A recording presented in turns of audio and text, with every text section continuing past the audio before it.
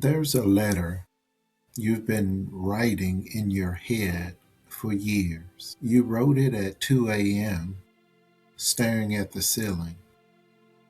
You wrote it in the car right after you hung up the phone. But you never sent it. You never even said it out loud. So today, I wrote it for you, and I want you to hear it. And if any of this fits, it's yours to keep. I'm Arlie Vann, and this is Rich Without the Rush.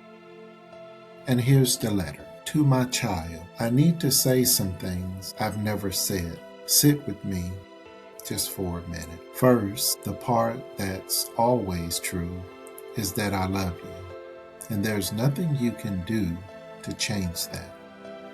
When you call, I answer. When you needed help, I help. I always have. And part of me always will want to. But love made me quiet about something, and I have to stop being quiet. I remember the last text. It came on a Tuesday. It was when I was out to dinner. My phone lit up on the table. You needed $400 by Friday. I had it sent before the waiter even brought the check. I didn't even think about it. I just tapped the screen and slid my phone back over. Then I smiled and finished my meal like nothing had happened. But I didn't taste a bite of my food. I sat there doing the math in my head, wondering how I moved things around again. And here's what I never told you. That $400 was not the cost. The cost was me. I keep putting your future ahead of my own over and over. I stopped saving for years when I won't be able to work.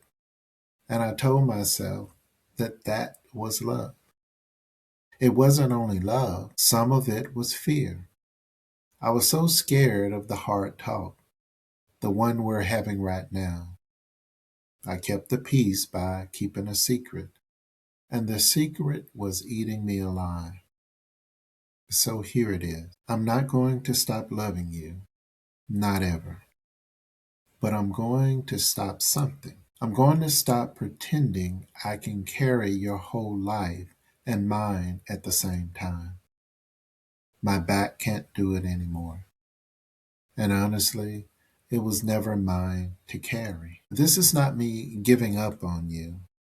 This is me believing in you. I think you are stronger than the help that I keep handing you. I think the help has been getting in your way. I taught you to walk once. I held your hands and I let go a little at a time.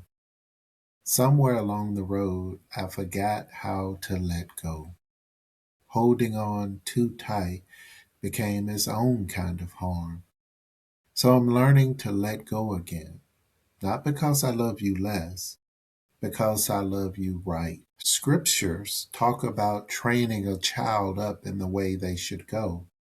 That's found in Proverbs chapter 22, verse 6. I trained you. Now I have to trust the training. I have to trust you. So let's make a plan together, not me cutting you off, not you alone with nothing. A real plan with a real timeline. You carry a little more each month. I carry a little less. So you can stand. And so I can finally rest. Because here's what I want most. I want to be your parent again. Not your bank, not your backup plan. Your parent. The one you call to share good news, not just the hard months. I love you enough to tell you the truth. That's the most loving thing I have to give. That's the end of the letter. That's the end of the thought. That's the letter. That's it. Maybe you send it word for word. Maybe you change every line. Maybe you just read it twice tonight and let yourself feel what you've been carrying. But listen to me on this one thing. The silence was never the love. The truth is, and as always, you're not broke, you're exhausted, and there is a difference. And next week, I want to sit with you about the quiet lie underneath all of this, the feeling that you're feeling behind. Where does that come from? And how to set it down. But that's next week. Tonight, just sit with the letter. Be calm, be consistent, and remember, slow and steady wins the race.